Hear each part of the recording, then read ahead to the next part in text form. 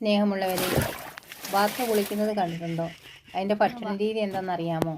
നിങ്ങൾ വാത്തയെ വളർത്തിയിട്ടുണ്ടോ? കുളവും വെള്ളവും ഇല്ലാത്തവർക്ക് വാത്തയെ വളർത്താൻ സാധിക്കുമോ? ഇതൊക്കെ അറിയാനായി വീഡിയോ അവസാനം വരെ കാണുക. വീഡിയോ ഇഷ്ടപ്പെട്ടാൽ ലൈക്ക് ചെയ്യുക, ഷെയർ ചെയ്യുക, സബ്സ്ക്രൈബ് ചെയ്യുക.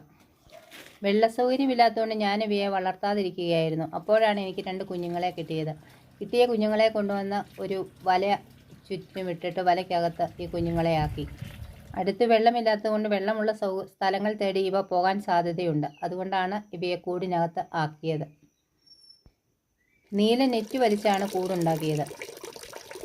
കുഞ്ഞുങ്ങളായതുകൊണ്ട് കുറച്ച് വെള്ളത്തിലായാലും ഇവ അഡ്ജസ്റ്റ് ചെയ്യും. അതുകൊണ്ട് ഒരു ചെറിയ ജാറെടുത്ത് അതിൻ്റെ ഒരു വശം മുറിച്ച് ആ ജാറ് മണ്ണിൽ കുഴിച്ച് വയ്ക്കുകയായിരുന്നു ചെയ്തത്. അതിനുശേഷം അതിലേക്ക് ഒരു ഓസ് ഇട്ടു. ആ വെള്ളം വന്ന് നിറഞ്ഞു കഴിയുമ്പോൾ അതതിൻ്റെ അകത്തുനിന്ന് കുളിക്കുകയൊക്കെ ചെയ്യുന്നുണ്ടായിരുന്നു. അതിനകത്ത് ഇറങ്ങുമായിരുന്നു. ഇവ നല്ല ശുദ്ധജലത്തിൽ മാത്രമേ കുളിക്കാറുള്ളൂ.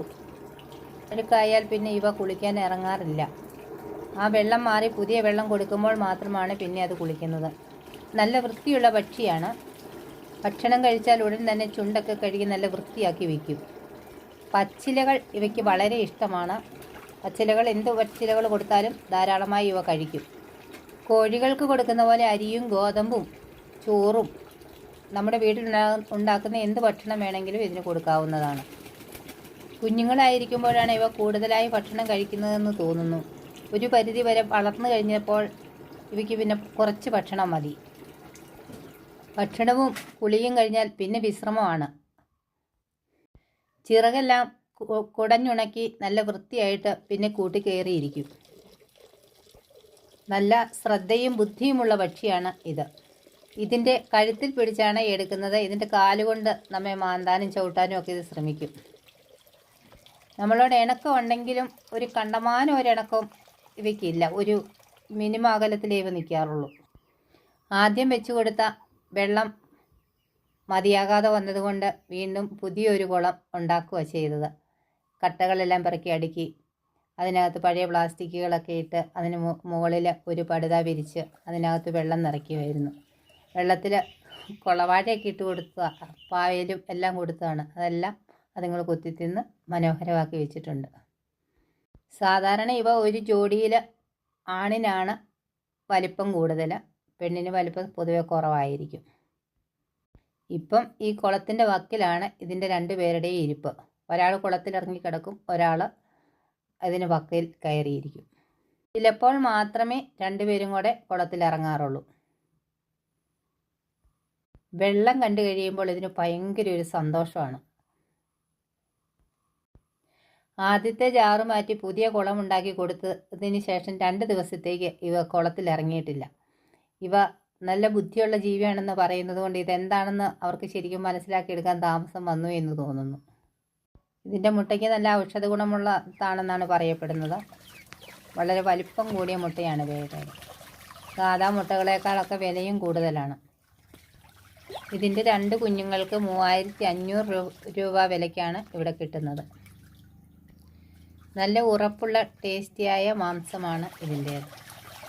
സാധാ ഇറച്ചിയേക്കാൾ വിലയും കൂടുതലാണ്.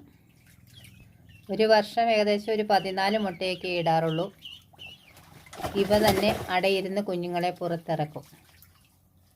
കുഞ്ഞുങ്ങളെ വളരെ ശ്രദ്ധയോടെ പരിപാലിക്കുന്ന ഒരു പക്ഷിയാണ് ഇത്. ഇത് പല കളറുകളെ കാണാറുണ്ട്. ഈ കളറുണ്ട്, അതോടുകൂടെ വെള്ള, പിന്നെ ഒരു തരം പുള്ളി കളറ്, അവയൊക്കെ കാണാറുണ്ട്. ഇവയ്ക്ക് ചെറിയ ഒരു കൂട് മതി. ഇവിടെ ഇരിക്കുന്നത് കോഴിയുടെ ഒരു ചെറിയ കൂടായിരുന്നു. ആ കൂടിനകത്താണ് ഇവ 2 കൂടി കയറിയിരിക്കുന്നത്. ഈ കൂട്ടിലേക്ക് കയറണമെങ്കിൽ ഇച്ചിരി പൊക്കത്തിലാണ് വെച്ചിരിക്കുന്നത്. അതുങ്ങൾ ചാടിക്കയറിക്കോളും. അലങ്കാരത്തിനായിട്ടും വരുമാനത്തിനായിട്ടും വളർത്താൻ പറ്റിയ ഒരു പക്ഷിയാണ് ഇത്. വെള്ളവും തോടുമൊന്നും അധികം ഇല്ലാത്തവർക്കും ഈ രീതിയിൽ ഇവയെ വളർത്താവുന്നതാണ്. കുളത്തിലെ വെള്ളം അഴുക്കാവുമ്പോൾ ഇടയ്ക്ക് മാറിക്കൊടുക്കേണ്ടതായിട്ടും വരും. എന്നാലേ വെള്ളത്തിൽ ഇറങ്ങുകയുള്ളൂ. വെള്ളം ഇവയ്ക്ക് അത്യാവശ്യമാണ്. വെള്ളത്തിൽ വെച്ചാണ് ഇവ ഇണ ചേരുന്നത്. മെയിലിൻ്റെ ചുണ്ടിന് മുകളിൽ ഒരു ചെറിയ പൂ പോലെ കാണുന്നുണ്ട്. സൗകര്യമുള്ളവർക്ക് ഇവയെ അഴിച്ചുവിട്ടും വളർത്താവുന്നതാണ്. അഴിച്ചുവിട്ടാൽ എല്ലാ സാധനവും തിന്നു തീർക്കുന്നതുമാണ്. പച്ചക്കറികളും ചെടികളും ഒന്നും കാണില്ല. ഇവയുടെ കുഞ്ഞുങ്ങൾക്ക് സ്റ്റാർട്ടർ കൊടുക്കാവുന്നതാണ്. വെള്ളം ധാരാളമായി വെച്ച് കൊടുക്കണം. അല്പം വളർന്നു കഴിഞ്ഞാൽ ഗ്രോവറും കൊടുക്കാവുന്നതാണ്. ഇവയൊന്നും ഇല്ലെങ്കിലും നമ്മുടെ വീട്ടിലുണ്ടാക്കുന്ന ഭക്ഷണത്തിൻ്റെ അംശം കൊടുത്താൽ മതി. അധികം മുതൽ മുടക്കില്ലാതെ വളരെ ലാഭകരമായി ചെയ്യാവുന്ന ഒരു കൃഷിയാണ് വാത്ത വളർത്തൽ. ഗൂസ് എന്നും ഇതിന് പറയുന്നുണ്ട്. ഏത് കാലാവസ്ഥയിലും ഇതിനെ വളർത്താം. ചൂടാണെങ്കിലും ചൂടുള്ള കാലാവസ്ഥയാണെങ്കിലും തണുപ്പാണെങ്കിലും എല്ലാം ഇതിനെ വളർത്താവുന്നതാണ്. പൊതുവെ ഇവയ്ക്ക് രോഗങ്ങൾ കുറവാണ്. ഇവ അരിശം വന്നാൽ നമ്മളെ കടിച്ചു വരും. ഇങ്ങനെ ഇരിക്കുന്ന കണ്ടാൽ ചെറിയ ഒരു ചിറകായിട്ടേ ഇതിന് തോന്നുകയുള്ളൂ. പക്ഷേ ഇത് ചിറക് വിടർത്തി പറക്കുന്നത് കണ്ടു കഴിയുമ്പോഴാണ് ഇതിന് എത്രത്തോളം വലുപ്പമുണ്ട് ഇതിൻ്റെ ചിറകിൽ നിന്ന് മനസ്സിലാകുന്നത്. വളരെ വലിയ ചിറകാണ് ഇവയുടേത്. ഇതിൻ്റെ മേലിന് സാധാരണ ഉയർന്ന കഴുത്താണ് ഉള്ളത്. അറിയില്ലാത്തവരാരെങ്കിലുമൊക്കെ വരികയൊക്കെയാണെങ്കിൽ ഇത് ചെറിയ ഒച്ച വെച്ച് നമ്മളെ അറിയിക്കും. സാധാരണ പാമ്പൊക്കെ ചുറ്റുന്ന പോലെ ഫിഷ് ഫിഷ് സൗണ്ടാണ് കൂടുതലായിട്ട് ഇത് വയ്ക്കാറുള്ളത്. മനുഷ്യർ മുങ്ങാങ്കുഴി ഇടുന്ന പോലെ ഇത് ചില സമയം വെള്ളത്തിനകത്തേക്ക് മുങ്ങിപ്പോയിട്ട് പൊങ്ങി വരും. ഇത് തവള, ചെറിയ പാമ്പുകളുടെ ഒക്കെ ഇവ കഴിക്കാറുണ്ട്. മീനൊക്കെ വെട്ടുന്ന തലയൊക്കെ ഇട്ട് കൊടുത്തു കഴിഞ്ഞാൽ അത് മൊത്തത്തോടെ തിന്നും. മീൻ ഭയങ്കര ഇഷ്ടമാണ്.